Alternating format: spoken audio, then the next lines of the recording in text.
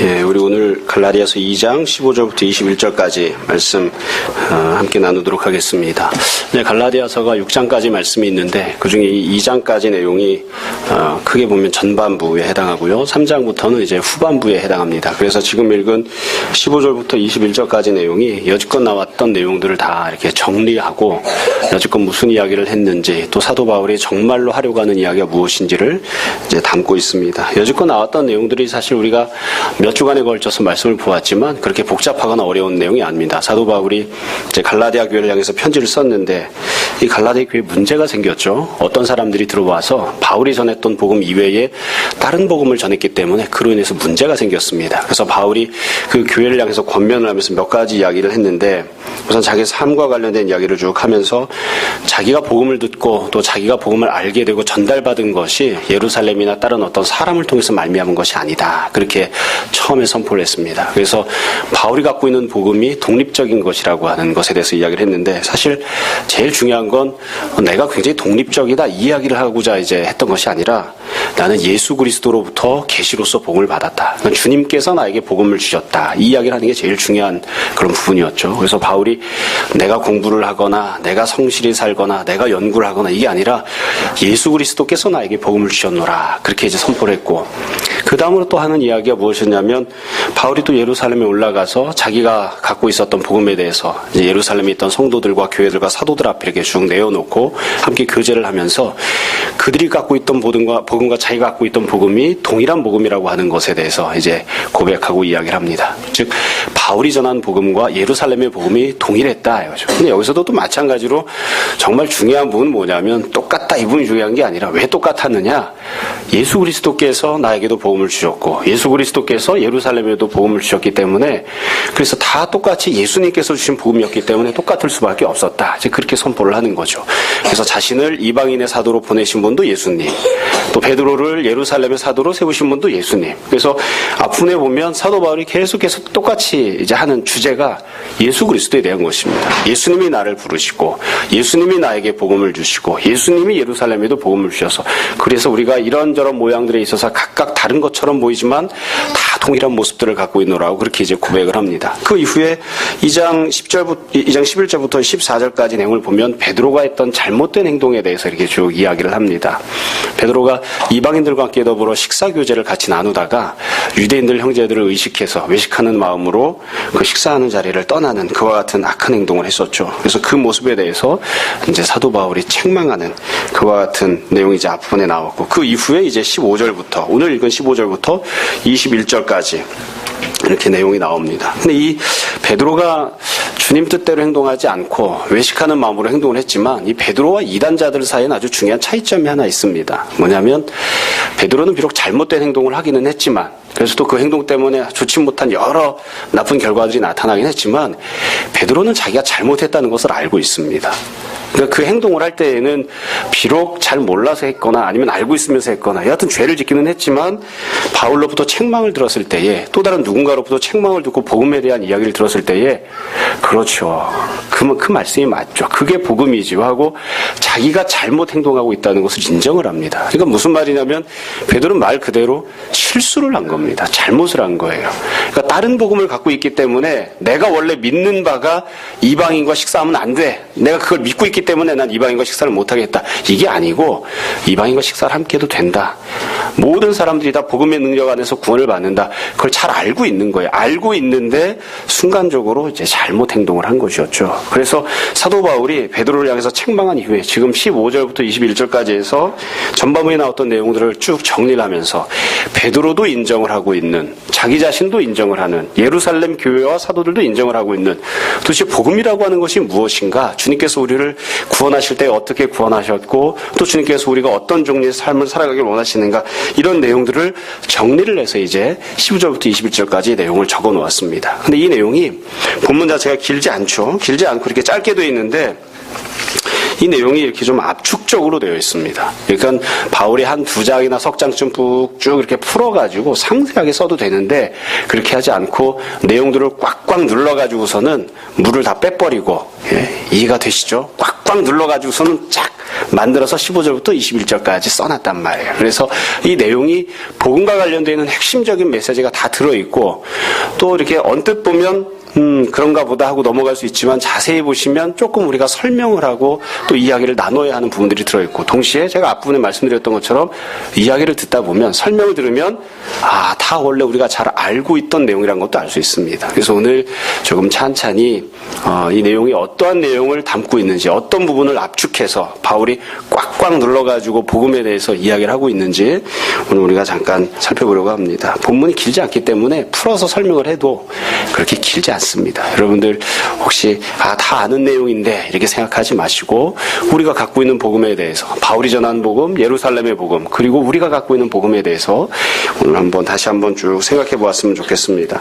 우선 본문 내용은 크게 두 부분으로 나뉘어져 있는데요. 15절 16절과 17절부터 21절까지 이렇게 두 부분으로 나눌 수 있습니다. 15절 16절은 어떻게 해야 구원을 받을 수 있는가, 이것과 관련된 내용이고, 17절부터 21절은 구원받은 이후에 어떻게 삶을 살아야 하는가, 이것과 관련된 그런 내용입니다. 우선 15절 16절 말씀을 보겠습니다. 15절 16절 우리 다시 한번 같이 읽도록 하겠습니다. 우리는 본래 유대인이요 이방 죄인이 아니로되 사람이 의롭게 되는 것은 율법의 행위로 말미암음이 아니요 오직 예수 그리스도를 믿음으로 말미암는 줄 알므로 우리도 그리스도 예수를 믿나니 이는 우리가 율법의 행위로서가 아니고 그리스도를 믿음으로써 의롭다함을 얻으려 함이라. 율법의 행위로서는 의롭다함을 얻을 육체가 없느니라. 아멘. 바울이 15절에 보시면 이렇게 출발합니다. 우리는 본래 유대인이요 이방 죄인이 아니로되. 사실 이거 우리랑은 상관이 없죠. 사도 바울은 유대인이잖아요. 우리는 죄인인 이방인이고요. 그래서 이 15절부터 나오는 내용이 여기서 말하는 우리가 도대체 누구냐? 그래서 아마 베드로랑 바울이 다 유대인이니까 자기들을 이제 유대인이라고 이야기한 게 아닌가 싶어요. 그래서 어떤 분들은 15절부터 21절까지가 베드로와 나눴던 대화다 이렇게 보시는 분도 있습니다. 근데 베드로랑 나눴던 대화이건 아니면 바울이 그냥 이런 식으로 표현을 했건, 여하튼 이 부분이 압축적으로 이제 복음에 대해서 이제 설명을 하고 있다는 점은 뭐 변화가 없으니까요. 그렇게 중요한 부분은 아닌 것 같습니다. 여하튼 율법에 의하면 유대인은 이제 의로운 사람들 혹은 정결한 사람들 이렇게 보통 인정이 되었고, 그다음에 이방인들은 죄인이라고 그렇게 흔히 이야기를 했습니다. 우리가 요즘 교회에서 레위기 말씀을 성역 공부를 하고 있는데, 레위기 규정에 의하면 모든 것들을 이렇게 나눈다고 그러죠. 그래서 구약 율법에서는 먹을 수 없는 불결한 음식, 먹을 수 있는 정결한 음식, 하나님께 바쳐지는 거룩한 음식이 있습니다. 사람도 마찬가지로 불결한 이방인이 있고, 그리고 정결한 유대인이 있고 히브리인들이 있고요. 그리고 하나님의 일을 하는 따로 세움받은 거룩한 제사장들이 있었죠. 그래서 이방인들은 이제 불결한 그런 존재라고 생각을 한 거예요. 근데 이 바울이 우리는 유대인이다, 우리는 죄인들이 아니다, 이방인들이 아니다, 그렇게 이야기를 해요. 근데 이게 첫 출발점인데, 근데 정말로 바울이 하려는 이야기는 뭐냐면, 내가 유대인으로 태어나서 유대인으로 살았기 때문에 그러므로 구원을 받을 수 있다, 이게 아니에요. 만약에 그런 식으로 이야기했다면 유대인이라고 하는 게 의미가 있겠지만, 우리가 유대인으로 태어나서 이방인 죄인과는 다르게 너도 유대인 나도 유대인, 태어날 때부터 우리는 구별된 존재로 태어났다. 그렇지만 그게 구원받는데 무슨 상관이 있느냐, 그렇게 이야기하거든요. 그러니까 유대인도 소용이 없고 이방인도 아무 소용이 없는 거예요. 어차피 처음에 유대인으로 태어났어도 유대인이라고 하는 것 때문에 구원받는 것은 아니니까. 이방인으로 죄인으로 태어났다 할지라도 그것 때문에 어차피 심판받는 것은 아니니까. 처음에 그래서 바울이 우리는 본래 유대인이고 이방 죄인이 아니지만, 그리고 난 다음에 사도 바울이 16절에 이렇게 설명합니다. 사람이 의롭게 되는 것은 율법의 행위로 말미암는 것이 아니다. 이 앞부분에 15절에 했던 내용을 한 번 더 첨가해서 읽으시면 돼요. 그러니까 사람이 의롭게 되는 것은 유대인이기 때문에 의롭게 되는 것이 아니다. 그것뿐만이 아니라 유대인이 갖고 있는 율법을 지키는 것을 통해서 의롭게 되는 것도 마찬가지로 아니다, 이렇게 이야기를 하는 것이죠. 여러분, 유대인이 갖고 있는 여러 가지 특권들이 있습니다. 혹은 유대인이기 때문에 누릴 수 있는 여러 가지 혜택들이 있는데, 가장 중요한 게 무엇이냐면 율법을 갖고 있다는 것입니다. 하나님께서 구약시대 때에 이방인들에게는 율법을 주지 않으시고, 이방인들에게는 율법을 주지 않으시고 유대인들에게는 율법을 주셨습니다. 그래서 율법을 통해서 하나님을 섬기고 믿음으로 살 수 있게끔 하셨는데, 그래서 유대인이 되었다고 하는 특권은 뭐냐면 율법을 갖고 있다는 거예요. 근데 지금 바울이 뭐라고 선포하냐면 16절에서 율법의 행위로 구원을 받는 것이 아니다. 율법의 행위로 구원을 받는 것이 아니다. 내가 유대인이기 때문에 구원받는 것도 아니고, 유대인이 하나님께서 주셨던 특권이 있어서 율법을 갖고 있는 특권이 있었는데, 그 특권 특권을 다 행사한다 할지라도, 율법을 다 지킨다 할지라도 그것 때문에 구원받는 것은 아니다. 이제 이렇게 이야기를 합니다. 그러니까 우리식으로 다시 돌려서 이야기하면 어떻게 되느냐? 우린 이방인들이잖아요. 그러니까 우리는 태어날 때부터 죄인인 이방인으로 태어났는데 율법의 규정에 의하면 불결한 존재들인데 또 태어나서 성장하는 내내 율법을 배우지도 못했고 갖고 있지도 못했는데 그러나 그것 때문에 우리가 심판받는 것은 아니다. 율법이 없기 때문에 우리가 구원받는 데 있어서 열애가 되거나 구원받을 수 없는 것도 아니다. 오직 구원은 예수 그리스도를 믿는 믿음으로 말미암아 받는 것이기 때문에 율법이라고 하는 특권을 갖고 있는 유대인이나 율법이 없는 불결한 이방인이나 구원받음에 있어서는 아무런 차별이 없다. 우리가 만약에 쓴다면 그렇게 쓰겠죠. 바울은 지금 쓴 것처럼 쓰는 거죠. 우리가 율법을 갖고 있는 특권적인 유대인이지만 그것 때문에 우리가 구원받는 것이 아니라 예수님을 믿는 믿음으로 구원받는 것이니까 유대인이라고 하는 것이 무슨 소용이 있는가? 율법을 갖고 있다는 것이 무슨 소용이 있는가? 사도 바울이 지금 그렇게 이야기를 합니다. 여러분, 사람들이 이 구원받는 것과 관련해서 우리가 여러 가지로 사실은 표현을 할 수 있습니다. 당신이 구원받았습니까? 그럼 구원받았습니다. 그럼 구원받은 것을 어떻게 표현하느냐? 내가 하나님의 자녀가 되었습니다. 그렇게 표현할 수도 있고요. 내가 죄의 사함을 받았습니다. 그렇게 표현할 수도 있고요. 혹은 하나님 나라를 들어가는 사람이 되었습니다. 지금도 하나님 나라를 내가 소유하고 있습니다. 그렇게 표현할 수도 있습니다. 그런데 사도 바울이 이 부분에서는 아주 중요한 단어를 또 하나 여기다가 첨가해서 표현을 했죠. 16절에 보시면 사람이 의롭게 되는 것은 이렇게 표현했습니다. 그러니까 구원받는다는 말을 의롭게 된다 이렇게 표현을 한 거예요. 이거는 이제 의도를 가지고 이렇게 표현한 것인데 16절에 보시면 사람이 의롭게 되는 것, 의롭게 되는 것, 그러니까 실제로 살면서 의롭게 살아가고 의로운 존재가 되는 것 이렇게 표현을 했고 16절 마지막 부분에 보시면 의롭다함을 얻는 것, 그러니까 하나님으로부터 의롭다고 판단받는 그와 같은 것에 대해서 이제 이야기를 하는 거예요. 그래서 이 두 번에 걸쳐서 의롭다는 이런 이야기를 했는데 이 의롭다고 하는 것, 교회에서 흔히 이야기할 때는 칭의라고 하죠. 하나님께서 의롭다고 칭해 주셨다. 그래서 구원받는 것이 칭의를 받는 것인데 칭의라고 하는 이 표현 자체가 사실은 율법이 필요 없는, 율법과는 구원이 상관없다는 것을 잘 보여주는 그런 단어입니다. 그래서 사도 바울이 여기다가 이 단어를 쓴 거예요. 하나님의 자녀가 된다든지 천국을 간다든지 이런 식으로 표현하면 유대인들이 율법 지켜도 그렇게 될 수 있는 거 아니야? 이렇게 이야기할 수 있으니까 그렇게 하지 않고 칭의라고 하는, 의롭다함을 받는다라고 하는 독특한 표현을 여기다 썼어요. 그럼 왜 칭의라고 하는 것, 의롭다라고 판단받는 것이 율법과 상관이 없느냐? 매우 간단합니다. 여러분, 우리가 의롭다고 인정받는다 할 때에 내가 나 자신을 향해서 의롭다고 인정받는다는 뜻이 아닙니다.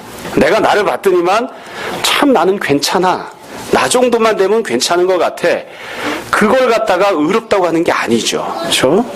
여러분 스스로 거울을 보시면서 이 정도만 되면 뭐가 부족할까? 이렇게 생각하시는 분 계십니까? 그렇다고 해서 되는 게 아니에요. 옆에 있는 사람이 인정을 해줘야지. 그렇죠?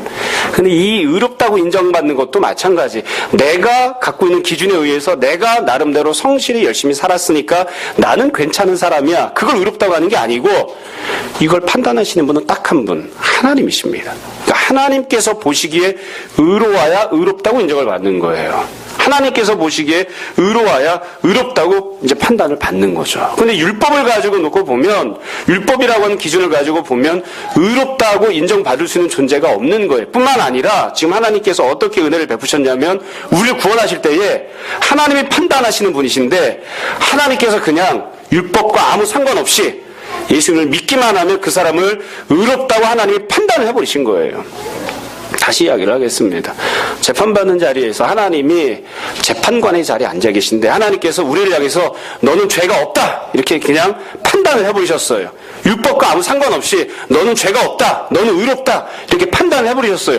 이미 재판관이 판단을 다 해버렸기 때문에 이 이후에는 율법이라고 하는 어떤 적용 기준이 필요가 없어진 거죠. 율법이라고 하는 적용 기준이 있는 이유는 뭐냐면 이 사람이 의로우냐, 이 사람이 의롭지 않느냐, 이걸 어떻게든 잘 분별하고 판단하기 위해서 율법이 있는 거거든요. 그래서 하나님 율법이라고 하는 기준을 가지고 율법에 의하면 너는 의롭다, 너는 의롭지 않다 이렇게 판단하시려고 율법이 있는 건데 율법과 아무 상관없이 하나님이 우리를 향해서 너는 의롭다 이렇게 딱 판단을 해버리셨어요. 이미 판단을 해버렸는데 율법이 도대체 왜 필요합니까? 판단이 끝나버렸는데, 하나님께서 우리를 향해서 넌 죄가 없다 이렇게 하고서는 그냥 나가도 좋다 이렇게 해버렸는데, 도대체 율법이라고 하는 규정이 왜 필요하냐, 이거. 그러니까 필요하지 않은 거죠. 그래서 이 사도 바울이 지금 율법과 관련된 이야기를 하기 위해서 칭이라고 하는 표현을 쓰고 있는 거예요. 하나님께서 이미 우리를 의롭다고 하셨기 때문에, 하나님이 이미 우리를 의롭다고 인정해 주셨기 때문에, 그렇기 때문에 우리가 율법이라고 하는 기준을 갖다 놓고 다시 내가 의로운지 안 의로운지 이렇게 따져볼 필요가 없다 이거예요. 이미 판단이 끝났으니까. 이미 판단이 끝났으니까. 그래서 유대인도 하나님 앞에 의롭다고 인정받을 때에 율법에 의해서 의롭다 인정받는 거, 그게 아니고, 유대인으로 태어났기 때문에 의롭다고 인정받는 것도 아니고, 제일 중요한 건 하나님께서 의롭다고 하시느냐 하시지 않느냐가 중요하다 이거. 근데 하나님께서 의롭다고 하실 때 딱 한 가지만 보신다는 거죠. 예수 그리스도 안에서 믿음을 갖고 있는가 그렇지 않은가, 이것만 본다 이거예요. 여러분, 신약 성경을 우리가 읽다 보면 그와 같은 내용들을 우리가 많이 판단해 볼 수 있는 부분들이 나옵니다. 가늠하다 현장에서 붙잡힌 여자가 찾아왔습니다. 끌려왔습니다. 어떻게 해야 맞죠?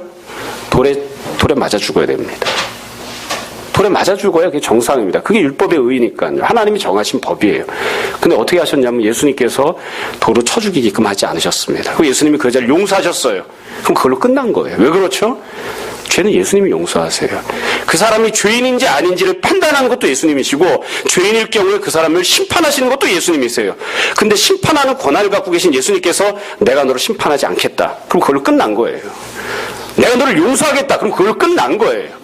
그걸로 끝나버린 거예요. 더 이상 그 사람에게 율법의 잣대를 들이대서 예수님 당신이 용서하셨지만 이 사람 죽여야 됩니다, 우리가 그렇게 이야기할 수 없다고요. 율법은 그런 권한을 갖고 있지 않아요. 모든 권한을 갖고 계신, 율법을 만드시고 주시고 그걸 기준으로 평가하겠다고 말씀하셨던 하나님께서 친히 내가 믿음을 갖고 있으면 의롭다고 내가 인정하고 그걸로 판결 내고 끝내버리겠다 이렇게 하셨으니까, 그러니까 더 이상 율법이 필요가 없게 되는 것이죠. 그럼 도대체 어떻게 해야 구원을 얻고 의롭다함을 받느냐? 오늘 본문 안에 보시면 15절 16절 안에 똑같은 내용을 계속해서 반복해서 이야기합니다. 16절에 보시면 사람이 의롭게 되는 것은 율법의 행위로 말미암음이 아니요 오직 예수 그리스도를 믿음으로 말미암는 줄 알므로, 우리도 그리스도 예수를 믿나니, 그래서 이렇게 믿는다는 표현이 또 나오죠. 16절 마지막에서 두 번째 줄에 보시면 그리스도를 믿음으로써 의롭다함을 얻으려 함이라. 그래서 딱 한 가지 기준만 이야기를 하고 있어요. 예수 그리스도를 믿는 그것 한 가지만으로 우리가 구원을 얻는다. 다른 것은 아무것도 필요 없다. 유대인으로 태어나는 것 필요 없다. 율법을 지키는 것 필요 없다. 우리가 구원받는 데 있어서는 딱 한 가지만 필요하다. 예수 그리스도를 믿는가 믿지 않는가. 예수 그리스도를 믿으면 내가 범했던 모든 죄악에 대해서 하나님께서 용서해 주시고, 하나님께서 우리를 의롭다고 인정해 주시고, 의롭다고 우리를 칭해 주실 것이고 판단하실 것이고, 우리가 예수 그리스도를 믿지 않으면 오만잡단 율법을 다 지켜도 그 율법이 우리를 정죄하려 될 것이고, 우리가 하나님 앞에서 의롭다고 인정받을 수 없다. 이게 바로 15, 16절에서 사도 바울이 하는 첫 번째 내용입니다. 첫 번째 내용입니다. 뭐 어렵지 않습니다. 우리가 어떻게 해야 구원을 얻는가? 오직 믿음으로, 예수 그리스도를 믿고 하나님 앞에 의롭다고 인정받는 것, 그것만으로 우리가 구원을 받을 수 있다. 이게 다른 종교들과 다 다른 점이죠. 세상에서 가리키는 도덕이나 윤리와도 다른 점입니다. 돌을 열심히 닦아서 자기 자신이 어떠한 존재인지를 깨닫고 어떤 철학적인 경제에 도달했다. 그럼 철학적 경제에 도달한 것이죠. 그게 뭐 전혀 무의미하다고 이야기하고 싶지는 않습니다. 열심히 노력했으니까. 그건 구원과 아무 상관이 없는 거예요. 왜냐하면 구원은 예수님께서만 주시는 것이니까. 하나님께서 주시는 것이니까. 하나님께서 철학적인 경제에 도달한 어떤 사람에게, 도덕적으로 살고 성실하게 살아서 자수성가한 어떤 사람에게 열심히 살았구나, 그래 네가 참 성공했구나, 그러나 너는 죄인이야, 그럼 그걸로 끝나는 겁니다. 네가 정말 열심히 공부했구나, 그래도 하나님께서 그래서 뭐 어쩌라고, 너는 그냥 지옥 가는 거다, 그럼 그걸로 끝나는 거예요. 아무 의미가 없는 거예요. 구원과는 아무 상관이 없어요. 성실하게 살고 도덕적으로 살고 내가 갖고 있는 기준에 부합하게 어떻게든 잘 발버둥치면서 살았다 할지라도 그게 나 자신에게는 의미가 있을지 모르지만, 모든 것을 최종적으로 궁극적으로 판단하시는 하나님 앞에서는 그게 아무 의미가 없는 거예요. 하나님이 판단하실 때 그게 의미가 있느냐 없느냐, 그것을 가지고 우리가 구원을 받았다 못 받았다 이야기를 하는 거예요. 내가 보았을 때 의미가 있느냐 없느냐, 그건 별로 중요하지 않아요. 내가 나 스스로에 대해서 판단하는 거 중요하지 않아요. 옆에 있는 사람이 나에 대해서 판단하는 것도 중요하지 않아요. 하나님이 나를 향하여 뭐라고 말씀하시는 거예요. 우리가 남편들이 아버지들이 직장에 나서 열심히 일을 하잖아요. 열심히 일을 하고 다 대부분 그렇게 이야기를 하죠. 물론 속으로는 다른 생각을 갖고 있을 수도 있지만 내가 이렇게 뼈 빠지게 일하는 이유는 내 아내를 위하여 내 자식을 위해서 그렇게 해서 사는 것이다. 그래서 희생하고 헌신하고 산다고 열심히 나름대로 그렇게 땀 흘려가면서 일을 하고 살았습니다. 그건 내 생각이에요. 내 생각. 물론 자기 생각에 부합하게 잘 사는 것도 중요하죠. 그냥 하나님께서 나는 너한테 그렇게 하라고 아버지가 되게 한 게 아니다. 내가 너한테 요구한 건 그게 아니다. 그렇게 말씀하시면 내 스스로에는 100점짜리 아빠, 100점짜리 남편일지 몰라도 하나님 앞에서는 빵점 맞는 거예요. 그럼 그걸로 끝나는 겁니다. 도대체 누가 평가를 하느냐, 누가 판단을 하느냐, 그게 제일 중요해요. 여러분, 제가 가끔 농담처럼 그렇게 이야기를 하잖아요. 목회자가 예쁜 여자를 좋아하겠습니까? 아니면 안 예쁜 여자를 좋아하겠습니까? 늘씬한 여자를 좋아할까요? 아니면 짜리몽땅한 여자를 좋아할까요? 정답은 정해져 있어요. 목회자는 신앙생활 잘하는 여자를 좋아합니다. 여러분, 목사가 공부 잘하는 학생을 좋아할까요? 공부 못하는 학생을 좋아할까요? 목사는 성경 열심히 읽고 기도 열심히 하고 주님 의지하는 신앙생활 잘하는 사람을 좋아합니다. 예수님도 그렇습니다. 하나님도 그렇습니다. 당연한 거예요. 그러니까 정말 중요한 판단 기준이 무엇이냐? 내가 어떻게 생각하고 어떻게 살았느냐, 내 주변에 있는 사람이 어떻게 생각하고 어떻게 살았느냐, 그게 문제가 아니고 하나님께서 의롭다고 칭하시고 하나님께서 인정해 주셨다. 그러면 그걸로 끝난 겁니다. 근데 하나님께서 지금 딱 한 가지 기준만 제시하고 계십니다. 네가 믿음을 갖고 있는가, 아니면 믿음을 갖고 있지 않은가. 네가 믿음으로 고백하고 사는가, 그렇지 않은가. 그것 한 가지만 보시겠다고 말씀하시는 거예요. 그래서 구원은 다른 것으로 받는 것이 아닙니다. 다시 말씀드립니다. 구원은 철학으로 받는 것도 아니고 성실한 삶으로 받는 것도 아니고 세상에서 성공하는 것으로 받는 것도 아니고 내가 인정해서 받는 것도 아니고 주변 사람들이 인정해서 받는 것도 아닙니다. 예수 그리스도를 향한 믿음을 갖고 있는가, 그렇지 않은가. 그것 한 가지만으로 우리가 구원을 받고 못 받는 것이 판가름납니다. 모쪼록 바라기는 우리 모두가 다 예수 그리스도를 믿는 믿음을 가지고 하나님 앞에 의롭다고 인정함 받는 그런 귀한 하나님의 자녀들이 다 될 수 있었으면 좋겠습니다. 두 번째로 17절부터 나오는 내용이 이제 어떻게 살아야 되는가와 관련된 내용이에요. 우리가 다 구원을 받았다. 그러면 구원받은 사람들은 도대체 어떻게 살아야 되는가? 17절부터 21절까지 나오는 내용인데 17절을 보면 문제를 하나 제기를 합니다. 17절에 보면 이렇게 되어 있습니다. 만일 우리가 그리스도 안에서 의롭게 되려 하다가 죄인으로 드러나면 그리스도께서 죄를 짓게 하는 자냐? 이게 무슨 말이냐면 내가 여러 가지 죄를 짓고 살았어요. 율법에 의하면 죄를 짓고 살다가 하나님께서 내가 율법을 지키지 않았음에도 불구하고 믿음을 갖고 있다는 이유 때문에 우리를 의롭다고 인정을 해주셨어요. 그러면 율법이 구원받는데 아무짝에도 쓸 데가 없으니까, 아무 필요가 없으니까, 그럼 그 사람이 구원받은 다음에 율법을 다 팽개쳐버리고 난 율법대로 안 지키고 살아도 돼. 그래서 자기 원하는 대로 멋대로 죄를 짓고 사는 거예요. 그러면 결국 그리스도께서는 죄를 용서해 주신다고 했는데, 율법과 상관없이 죄를 용서해 주신다고 했는데 결과적으로는 율법을 갖다 버렸기 때문에 죄를 다 범하는 자로 만들어버리는 것이 아니냐, 이런 문제를 지금 제기한 거예요. 이해가 되시죠? 안 어렵죠? 다시 이야기를 할게요. 어렵지 않습니다. 율법에 의해서 구원받는 게 아니라 믿음에 의해서 구원을 받으니까 율법을 갖다 버려버렸단 말이에요. 난 율법이랑 상관없어. 그래서 예전에는 율법 때문에 이것도 안 하고 저것도 안 하고 요것도 하고 저것도 하고 이렇게 의롭게 살았는데, 도덕적으로 성실하게 살았는데 율법과 상관없이 믿음만 가지면 구원받는데 무엇. 그리고서는 죄를 마음대로 짓는 거예요. 율법과 상관없이. 그런 상황들이 생길 수 있는 거 아니냐, 그것에 대해서 의문을 제기하는 거죠. 유대인들이 이거 굉장히 두려워했습니다. 율법을 지키지 않아도 된다 이렇게 이야기하면 멋대로 살면 어떻게 하느냐. 멋대로 살면 우리는 이걸 잘 이해할 수 있습니다. 제가 학교 다닐 때는 학교에서 애들을 개패듯이 두들겨 팼습니다. 개패듯이 팼다고 하면 조금 그렇고, 좀 이렇게 조금 후진 동네에서는 개패듯이 패고, 조금 괜찮은 동네에서는 조금 덜 패지만 그래도 좀 패고 그랬습니다. 어렸을 때 지금 생각해보면 뭐 그렇게 맞을 일이 많은지 모르겠습니다만 초등학교 때 학교에서 야구방망이로 맞았습니다. 저희 학교에는 육상부가 있었는데 이 신발 밑에 못이 달려있는 스파이크를 애들 신고 뛰었거든요. 육상부 선생님이 그 못이 달린 스파이크를 애들한테 집어 던지기도 하셨어요. 지금 생각해보면 정말 야만적인 거죠. 그렇죠? 제가 다닌 초등학교는 송정초등학교입니다. 네. 강서구에 있는. 지금은 안 그렇게 죠. 지금 그럼 난리가 나겠죠. 지금 그럼 애들이 다 이렇게 핸드폰으로 찍었다가 그냥 다 경찰 출동하고 난리 날 겁니다. 그렇죠?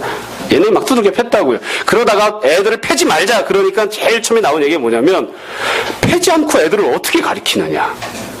학교에서 패지 않고 애들을 어떻게 조용히 시킬 수 있느냐 이 얘기가 나오는 거예요. 왜냐하면 여기껏 계속 패면서 지내왔으니까. 패지 않으면 애들이 다 술 먹고 담배 피우고 나쁜 짓 할 거라고 생각하는 거예요. 과연 그러냐?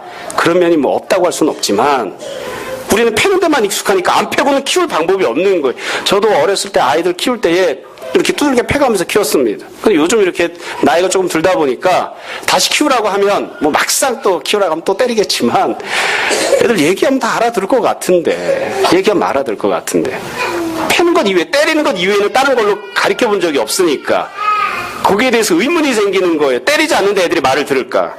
그 율법을 지키고만 살았으니까 율법이 없으면 애들이 집 멋대로 행동하지 않을까? 애들이 집 멋대로 하지 않겠느니까.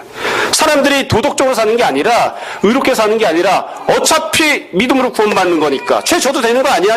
이런 일이 생기지 않겠느냐 이런 염려를 이제 하는 것이죠. 그게 이제 문제가 제기된 거예요. 실제로 이런 이단들이 오늘날에도 있죠. 예수 그리스도께서 과거 이제 현재 이제 미래 죄를 다 용서하셨으므로 맞습니다. 그러므로 편안한 마음으로 죄를 져라. 왜 저 사람 미워하는데 욕하고 싶은 걸 참느냐? 욕을 해라. 이미 네가 장래할 욕까지도 예수님이 다 용서하셨다. 그 사람 때리고 싶으면 때려라. 때리고 싶으면 때려라. 예수님께서 그 죄도 다 이미 용서하셨다. 이게 죄사함의 비밀이에요, 이게. 과연 그러하냐? 과연 그러하냐? 그러니까 사도 바울이 그렇게 이야기하죠. 결코 그럴 수 없다. 결코 그럴 수 없다. 예수님께서는 죄를 미워하셔서 우리에게서 죄를 없애기 위해서 십자가에 달려 죽기까지 하셨는데 늘 이야기를 하잖아요. 하나님께서는 죄를 얼마나 징글징글하게 싫어하시는지. 왜 싫어하시느냐? 하나밖에 없는 독생자가 그 왼수 같은 죄 때문에 죽어야만 했다고요. 근데 하나님께서 하나밖에 없는 독생자를 십자가에 달려 죽게 하신 다음에 그 다음에 우리가 마음 놓고 죄를 짓게 하시려고 그렇게 하신 것이냐? 결코 그렇지 않다. 결코 그렇지 않다. 그럼 우리가 구원받은다면 어떻게 살아야 되느냐? 그 이야기를 설명하면서 18절에 보시면 먼저 간단하게 이야기하고 19절부터 쭉 상세하게 설명을 하면 여러분 18절을 보세요. 이렇게 돼 있죠. 만일 내가 헐었던 것을 다시 세우면 내가 나를 범법한 자로 만드는 것이라. 이게 무슨 얘기냐면 복음이 들어오기 전에는 율법이 삶을 살아가는 기준이었습니다. 율법이 삶을 살아가는 기준이어서 율법대로 살아야만 의롭게 살 수 있는 거예요. 율법이 삶의 기준이에요. 이전에는 율법이 구원받는 기준이고 삶을 살아가는 기준이었어요. 그런데 예수 그리스도께서 오셔서 율법을 삶의 기준으로 삼는 그것을 허물어 버리셨어요. 허물어 버리셨어요. 근데 내가 살다 보니까 율법 없이 사니까 죄를 짓는다고 그래가지고 아무래도 내가 이거 잘못한 것 같아. 그래서 다시 삶의 기준으로 율법을 다시 세워놓는 거예요. 그것은 옳지 않다. 예수님께서 삶의 기준을 율법이 삶의 기준이었던 것을 예수님께서 다 허물어 버리셨는데 내가 죄를 지을까 무서워서 율법을 삶의 기준으로 다시 세우는 것, 그건 옳지 않다. 그리고 나서는 사도 바울이 이 관련해서 설명을 합니다. 19절부터 이제 나오는 20절부터 나오는 내용이 이제 사도 바울이 했던 설명인데 우리가 너무너무나 잘 알고 있는 그런 내용입니다. 식사성구죠. 수련회 가면 이거 외워야 밥 먹습니다. 한 번씩은 다 나오는 구절인데 근데 이 부분에 보시면 조금만 우리가 생각하면 잘 알 수 있는 중요한 내용들이 이 안에 담겨 있습니다. 여러분 20절 말씀해 보십시오. 20절 말씀해 보시면 이렇게 되어 있습니다. 제일 첫 번째 줄에 보세요. 내가 그리스도와 함께 십자가에 못 박혔나니 이렇게 되어 있습니다. 자, 좀 유치하지만 우리 한번 따라해 봅시다. 내가 그리스도와 함께 십자가에 못 박혔나니. 이상하지 않습니까? 여러분 중에 혹시 십자가에 못 박힌 사람 있습니까? 우리 중에 십자가에 못 박힌 사람 아무도 없죠. 근데 사도 바울은 뭐라고 이야기하냐면 내가 십자가에 못 박혔다 그렇게 이야기를 해요. 이거 어려운 내용이 아닙니다. 유대인들이나 옛날 사람들은 다 쉽게 이해할 수 있는 그런 내용이에요. 여러분 구약 율법을 잠깐 설명을 할 테니까 잘 들으시고 생각해 보시기 바랍니다. 구약 시대 때는 죄를 지면 제사를 드렸습니다. 그렇죠? 제사를 드릴 때 어떻게 제사를 드렸냐면 몇 번이나 말씀드린 거예요. 내가 죄를 지었으면 내가 짐승을 하나 끌고 옵니다. 제물로 끌고 와서 어떻게 하냐면 내가 죄를 지었잖아요. 그 짐승 위에다가 내가 손을 얹고 안수기도로 해요. 안수하면서 자기 죄를 고백해요. 그런 다음에 그 제물을 내가 직접 찢어서 죽입니다. 자, 그러면 누가 죽은 거죠? 짐승이 죽은 거예요. 짐승이 죽은 거. 제물이 죽은 거예요. 그 제물을 찢어 죽인 다음에 가죽을 벗기고 그 다음에 토막을 냅니다. 그런 다음에 그걸 제사장이 가져서 불살라서 하나님께 제물로 바치는 거죠. 제물로 바치고 드리는데 실제로 죽은 건 누구예요? 제물이 죽은 거예요. 내가 죽었어요? 안 죽었어요? 나는 안 죽었어요. 그 그 제사를 드리는 이유는 뭐냐면 사실은 누가 죽어야 되냐면 내가 죽어야 되는 거예요. 죄를 졌기 때문에 죄값으로 내가 죽어야 되는데 내가 죽을 수는 없으니까 하나님 내가 재물을 대신 죽이겠습니다. 이 재물이 죽는 것을 통하여 내가 그 안에서 죽습니다. 그렇게 고백하는 거예요. 그게 제사 드리는 거예요. 이해가 되시죠? 자, 예수님께서 십자가에 달려 돌아가셨습니다. 죄는 누가 졌죠? 내가 졌어요. 죄값을 누가 지고 지금 감당하시는 거냐면 예수님이 감당하시는 거예요. 그러니까 원래 누가 죽어야지 돼요? 내가 죽어야 돼요. 내가 죽어야 되는데 구약시대 때는 나를 대신해서 재물이 죽었단 말이에요. 그러니까 재물이 죽는 것을 보면서 이스라엘 백성은 무슨 생각을 하고 고백하냐면 내가 재물과 마찬가지로 내가 찢김을 당하고 내가 가죽을 벗김을 당하고 내가 토막이 납니다. 그렇게 고백하는 거예요. 마찬가지로 예수님 십자가에 달려 돌아가셨잖아요. 예수님 십자가에 달리셨는데 20절에 내가 그리스도와 함께 십자가에 못 박혔다. 사실은 나는 못 박히지 않았어요. 근데 사실 내가 죽어야 되거든요. 그러니까 예수님이 십자가에 못 박혀서 죽는 그 모습을 보면서 내가 그렇게 죽습니다. 그렇게 고백하는 거예요. 어렵지 않습니다. 이해가 되시죠? 다시 구약시대 때 재물을 죽입니다. 누가 죽었어요? 재물을 죽인 거예요. 재물이 죽었어요. 근데 그걸 보면서 뭐라고 고백하냐면 내가 재물과 함께 죽임을 당했다. 그렇게 고백하는 거예요. 마찬가지로 예수님이 십자가에 달려 돌아가셨을 때에 내가 그리스도와 함께 십자가에 못 박혀 죽었다. 내가 그리스도와 함께 십자가에 못 박혀 죽었다. 그렇게 이야기를 합니다. 그 다음에 이렇게 표현을 했어요. 19절 두 번째 줄에 보세요. 20절 두 번째 줄에 보세요. 그런즉 이제는 내가 사는 것이 아니요 오직 내 안에 그리스도께서 사시는 것이라. 이게 중요한 결과인데요. 예수님이 십자가에 달려 돌아가셨기 때문에 생긴 첫 번째 결과입니다. 뭐냐면 이것도 구약 율법을 잘 생각해 보시면 쉬운 내용입니다. 자, 내가 죄를 지어서 재물을 가지고 와서 재물을 찢어 죽였지요. 그럼 누가 살지요? 내가 삽니다. 재물이 죽었기 때문에 그 결과로 내가 살아요. 내가 재물을 죽였으니까 내가 심판받아야 되는데 내가 산단 말이에요. 그러면 예수님께서 십자가에 달려서 돌아가셨어요. 그 결과는 누가 살까요? 예수님이 사시는 겁니다. 여러분 오해하시면 안 됩니다. 여러분 내가 회개했나요? 안 했나요? 회개 안 했어요. 내가 십자가에 못 박혔어요? 안 못 박혔어요? 안 못 박혔어요. 그럼 누가 사느냐? 예수님이 사시는 거예요. 어려운 내용이 아니에요. 여러분 구약시대 때 내가 죽어야 되죠. 죄인이 와서 하나님 앞에 제물을 바쳤어요. 그럼 죄인이 살아요. 죄인이 와서 제사를 드렸으니까 죄인이 사는 거예요. 제사를 받고. 예수님이 십자가에 달려 돌아가셨어요. 그럼 누가 사느냐? 예수님이 사시는 거예요. 예수님이. 내가 사는 게 아니고 죄인이 사는 게 아니고 예수님이 사시는 거예요. 어렵지 않습니다. 지금 사도 바울이 뭐라고 이야기하냐면 그래서 예수님이 십자가에 달려 돌아가셨기 때문에 사시는 분이 누구냐면 예수님이 사시는 거예요. 그 살아계신 예수님이 내 안에서 사신다. 내 안에서 사신다. 예수님께서 내 안에서 살아계시기 위해서 여지껏은 내가 살았는데 내가 사는 게 아니라 예수님께서 사시기 위해서 십자가에 달려 돌아가신 거예요. 헷갈려 하시는 것 같아요. 조금. 여러분 표현을 다시 잘 보세요. 20절 두 번째 줄 보세요. 잘 보세요.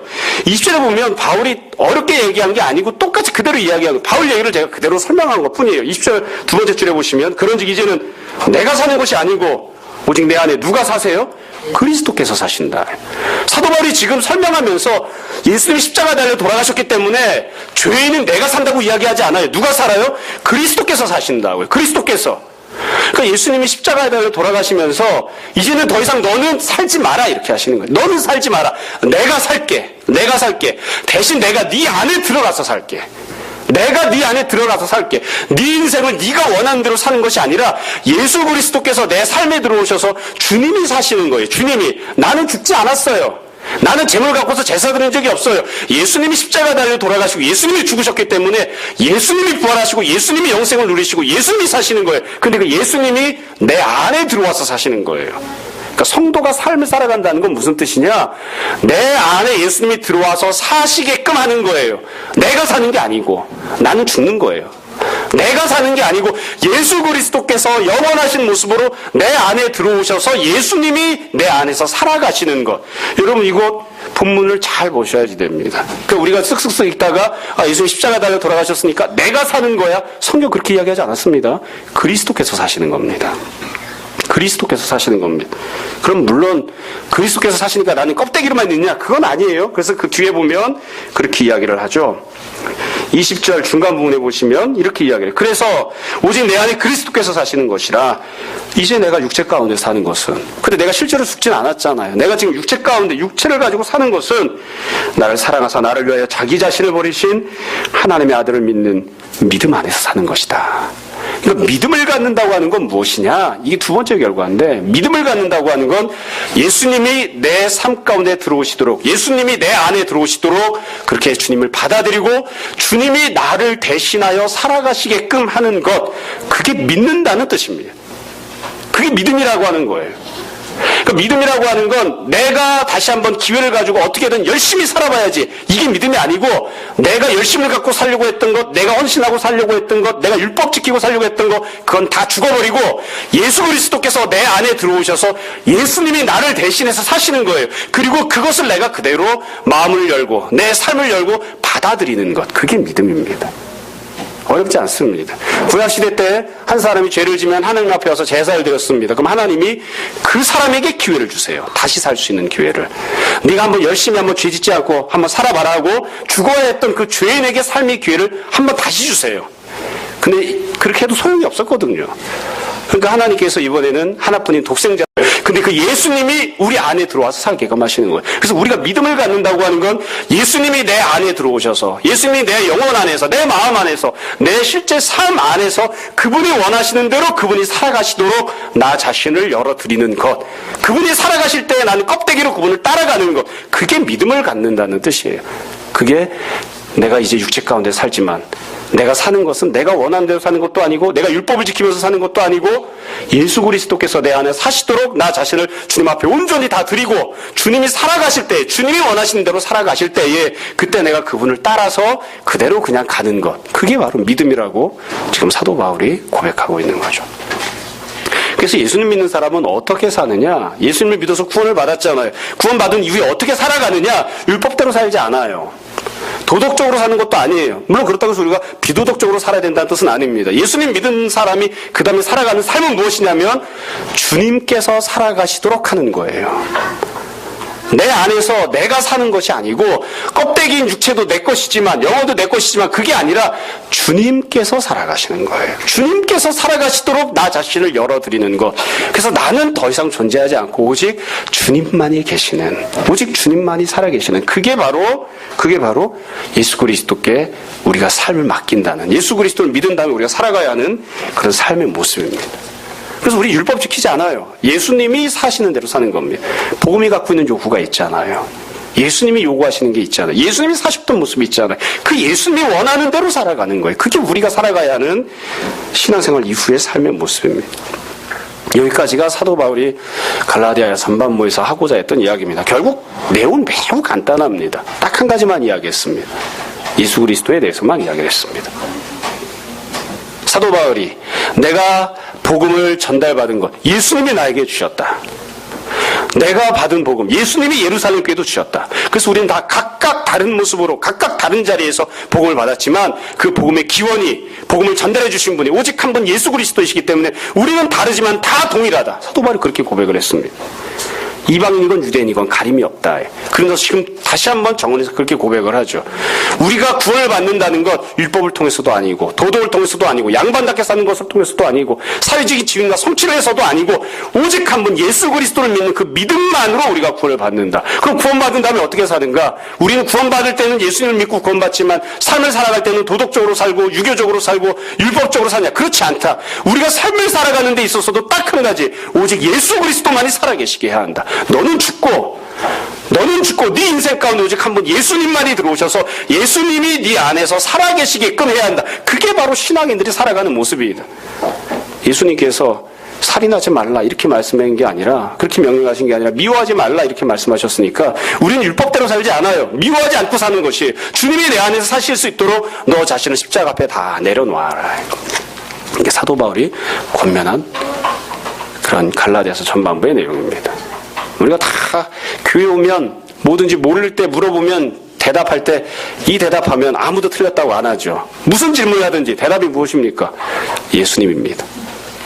만약 누가 11조 해야 됩니까? 물어봤는데 잘 모르겠어요. 예수님입니다. 이렇게 대답하면 틀렸다고 할 수 있나요? 아무도 틀렸다고 못합니다. 아무도 틀렸다고. 예수님이라고 했는데 어떻게 거기다 이렇게 찍 긋겠어요? 감히. 채점을 할 때 세상에서는 모르지만 교회에서 시험 봤는데 정답에다 예수님 썼는데 예수님 이름에다 이렇게 찍 그을 수 있어요? 그럴 수 있는 사람 아무도 없어요. 예수님이라고 쓰면 무조건 맞는 거예요. 무조건. 사도 바울이 지금 그 한 가지 이야기를 하고 있는 거예요. 우리가 어떻게 구원을 받습니까? 오직 예수님으로. 우리가 어떻게 살아야 됩니까? 구원받은 다음에는 구원은 믿음으로 받았지만 삶은 율법으로 살아야 되냐? 아니다. 삶도 예수 그리스도로 사는 것이다. 더 이상 네가 원하는 대로 살지 마라. 너는 살지 마라. 너는 십자가에 못 박혀 죽어버렸고 그 다음에 하나님이 네가 원하는 대로 살 수 있는 기회를 너한테 주신 적이 없다. 예수님이 네 안에 살게끔 그것만을 하나님이 기회를 주신 것이다.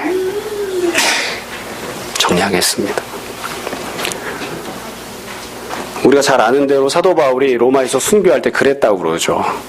이런 돌기둥 위에다가 사도 바울을 얹혀놓고 도끼로 사도 바울의 목을 찍어서 잘라냈을 때에 사도 바울의 모가지가 떨어지면서 머리 부분이 떨어지면서 앞으로 떼굴떼굴 굴러가면서 그랬다고 그럽니다. 3번 튕겼다고 그러죠. 3번 튕길 때마다 떨어진 목에서 예수, 예수, 예수 그랬답니다.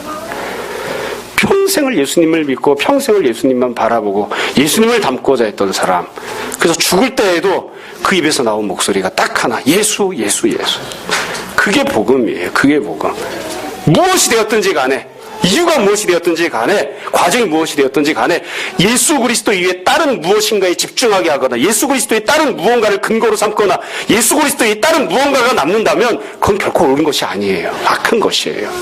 그게 율법이 되었건 예배당이 되었건 헌금이 되었건 11조가 되었건 헌신이 되었건 공부가 되었건 사회적 지혜가 되었건 무엇이 되었든지 간에 예수 그리스도 이외에 다른 무엇인가에 집중하고 있다면 그건 이미 옳은 것이 아니에요. 여러분 우리의 생각도 우리의 마음도 우리의 삶도 우리가 다 오직 예수 그리스도에게만 온전히 집중하고 주님만 닮는 그런 모습이 되었으면 좋겠습니다. 우리가 늘 고민하는 게 그거잖아요. 목회자로서 저도 늘 고민하는 게 그거예요. 애들한테 특히 제일 싫은 말. 목사가 뭐 그래. 여러분들도 그런 얘기 들어보셨을 거야 아마. 집사가 뭐 그래. 교회 다니는 아빠가 뭐 그래. 우리가 가장 늘 고민하는 거. 내가 삶을 살아갈 때 내가 의롭게 살고 내가 율법적으로 살고 내가 도덕적으로 살고 내가 성실하게 살고 주님이 원하시는 건 그게 아니에요. 예수 그리스도께서 내 안에서 사시는 거예요. 예수 그리스도께서 내 안에서 사시기 때문에 그게 내 밖으로 내가 살아가는 모습으로 드러나는 것. 그걸 주님이 원하세요. 그렇게 살라고 하나님이 우리를 구원하신 것입니다. 우리가 날마다 그 사실을 기억하고 주님 바라보는 귀한 삶을 삽시다. 우리가 오직 주님만 바라보고 구원을 받고 그래야 구원받은 이후에는 오직 내 안에 내가 사는 게 아니고 도덕적으로 사는 내가 살아있는 게 아니고 오직 내 안에 그리스도만이 살아계시는 그게 우리의 삶이 되는 그런 믿음 생활할 수 있기를 주님의 이름으로 축원합니다. 이 시간 잠시 기도하겠습니다. 오늘 말씀을 정돈해 보십시오. 우리가 함께 우리 회개와 결단의 기도합시다. 함께 기도하겠습니다.